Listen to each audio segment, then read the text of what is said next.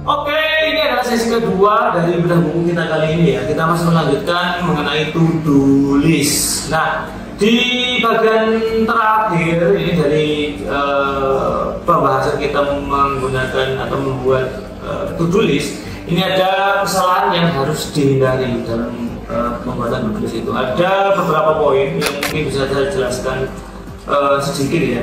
Yang pertama, tidak ada estimasi waktu. Jadi ketika Anda lalai menjalankan tugas karena Anda membuat to-do list tanpa estimasi waktu yang tegas, akan membuat to-do list Anda tidak berguna. Seperti itu. Tidak ada estimasi waktu, timeline-nya ya. Terus yang kedua, ada beberapa metode sekaligus. Beberapa metode sekaligus ini tidak disarankan dalam proses kita membuat atau menggunakan to-do list karena akan membingungkan dan tidak terjadinya eksekusi dengan baik. Terus yang ketiga, ini yaitu mulai dari yang paling cepat. Nah, jadi prioritas itu penting, tapi juga tidak harus mulai dengan yang paling cepat. Tapi mana yang paling penting? Ini seperti itu. Jadi faktor atau skala urgensinya harus ada, bukan dari pekerjaan yang paling ringan atau yang paling cepat. Itu sih 3 poin yang selanjutnya bisa dijelaskan oleh Mas.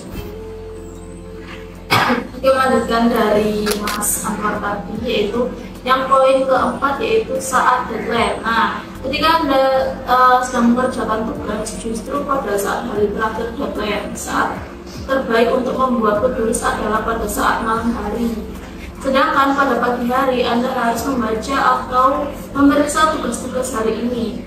Dengan demikian, secara otomatis terfokus pada tugas yang perlu diselesaikan terlebih dahulu. Jadi biasakan untuk membuat to-do list itu malam hari. Jadi keesokan harinya itu kita sudah tahu nih harus apa gitu, biar nggak bingung kayak apa yang harus aku lakukan gitu sih.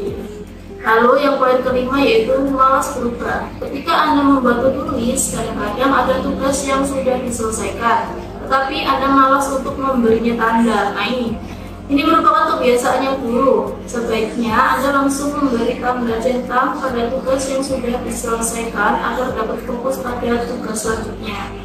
Jadi ini sebenarnya kebiasaan yang sepele, tapi ini akan berdampak pada depannya. Jadi fungsi dari kita mencetak tugas itu biar apa sih? Biar kita tahu mana yang sudah selesai. Nah, daripada nanti kalau misal kita nggak mencentang, kita kan bingung nih. Ini sudah upload belum gitu sih. Lalu yang keenam yaitu tugas bukanlah proyek. Meskipun terkesan repot, sebaiknya Anda membedakan tugas dan proyek.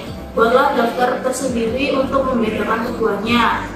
Biasanya proyek merupakan sebuah tugas jangka panjang yang kadang-kadang dilakukan oleh sebuah tim, sedangkan tugas cenderung bersifat individu dan mencakup sebuah tindakan spesifik. Jadi ini yang dimaksud yaitu kita harus bisa membedakan to-do list yang buat tim dan untuk pribadi. Seperti itu sih. Lalu untuk nextnya Mas Kira. Oke, lanjutan dari Mas Anwar sama Mbak Lisa. Yang poin ke-7 tadi yaitu tidak rinci. Semakin spesifik sebuah to-do list, semakin akan membuat hasilnya lebih baik.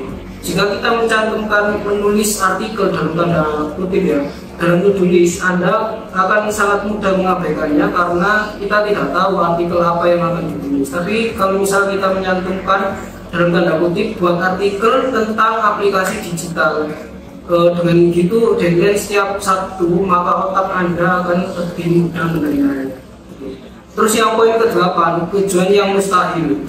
Kalau kita menulis sebuah daftar tugas, pastikan bahwa hal tersebut realistis dan dapat diselesaikan. Tugas dalam tanda kutip lagi ya, membeli Mercedes E-Class dengan deadline besok memang terlihat spesifik. Tapi konyol jika kita tidak memiliki dana yang memadai untuk membelinya. Nah, itu contoh tugas yang spesifik dan detail tapi mustahil gitu ya, dalam waktu dekat. Buatlah tipe tugas dan deadline yang realistis sehingga kita bisa menyusun tindakan yang masuk akal untuk mencapai dan menyelesaikan tugas tersebut. Udah gitu aja sih dari kita bertiga tentang manfaat to-do list tadi. Oke, menarik sekali ya pembahasan kita kali ini sangat membahas tentang to-do list, dimana itu sangat penting untuk bisa atur atau menjadwalkan kegiatan-kegiatan kita setiap hari. Oke, itu saja mungkin udah betul kali ini. Kita coba lagi kita berikutnya. Aku Anwar Rolando dan Saya Nisa. Saya Wira. sampai jumpa. Bye.